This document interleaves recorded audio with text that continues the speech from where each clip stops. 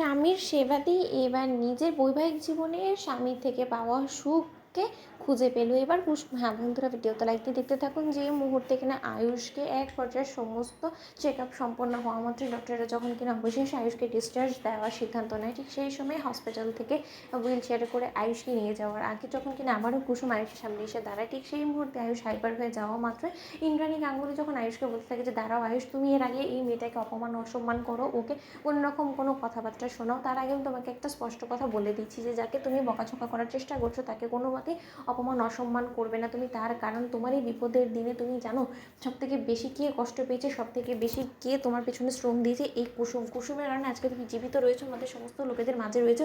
কারণ কেউ একজন আছে যারা কিনা তোমার উপরে হামলা করে তোমার উপর প্রতিশোধ নেওয়ার জন্য উঠে পড়ে লেগেছিলো এবং তারা এই কেবিন অবধি ঢুকে পড়েছিল এবং তাদেরকে হাতে নাতে ধরার জন্য রীতিমতো এই কুসুম সব থেকে বেশি অ্যালার্ট ছিল। এবং এই কুসুমকে তুমি যদি নিজে থেকে দূর দূর করে তাড়িয়ে দাও তাহলে তুমি রীতিমতো তোমার মায়ের নজরও খারাপ হয়ে যাবে, আমি তোমাকে বলে রাখলাম। তাই আজ থেকে বাড়ি ফেরার পর তোমার সমস্ত যত্নার্থে তোমার সমস্ত দায়িত্ব, প্রেসক্রিপশন দেখে ওষুধ খাওয়ানো থেকে শুরু করে তোমার খাবার দাবার সমস্ত খেয়াল রাখার দায়িত্ব আমি কুসুমের উপরে বিশ্বাস করে কুসুমকে তুলে দিয়েছি। তাই তুমি কোনো মতে ওকে তোমার ঘর থেকে তাড়াবে না এবং এখন থেকে তোমার সব কাজে কুসুমই থাকবে এবং তোমার সঙ্গে সঙ্গেও কুসুমই থাকবে। তোমার যখন যেটা প্রয়োজন হবে শুধুমাত্র তুমি কুসুমকে বলবে এবং কুসুম তাৎক্ষণিকই তোমার সেই কাজটা করে দিবে। এবার তুমি সেটা পছন্দ করো বা না করো তাতে আমার কোনো কিছু যায় আসে না। ঠিক সেই সময় আয়ুষ যখন বলতে থাকে যে মা লাস্টে কিনা আমার এতটা দুর্দিন চলে এলো যে একটা অজানা মেয়েকে আমি আমার বেডরুমে থাকতে দিব, এতটাই কি আমার আর রীতিমতো খারাপ দিন চলে এসেছে। ঠিক সেই সময় কথা বলা মাত্র কুসুম যখন কিনা অঝরে কাঁদতে থাকে এবং শঙ্কর যখন বলতে থাকে যে কোথায় মেয়েটা স্বামীর সুখ ঘর সংসার, স্বামীর সঙ্গে এক ঘরে থাকার কথা ছিল, সেই জায়গায় কিনা আমার মেয়ে ঠিকই ও ঘরে থাকার অনুমতি তো পেলো কিন্তু তার আরও আবার একজন নার্স হিসেবে শুধুমাত্র আয়ুষ বাবার পাশে থাকবে, এটা কী করে সম্ভব হতে পারে? এবং আমি বাবা হয়ে পাই সমস্ত কিছু কী করে সহ্য করবো, কতদিনই বা সহ্য করবো?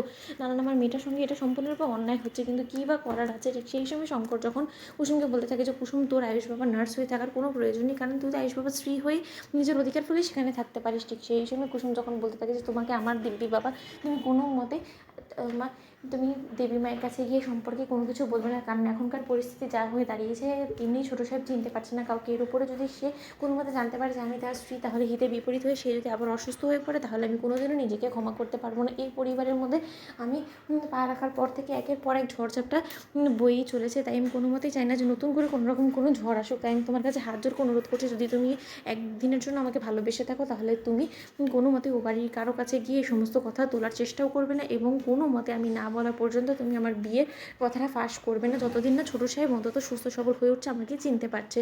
তো বন্ধুরা লাইক কমেন্ট শেয়ার করো, সাবস্ক্রাইব করতে ভুলো না।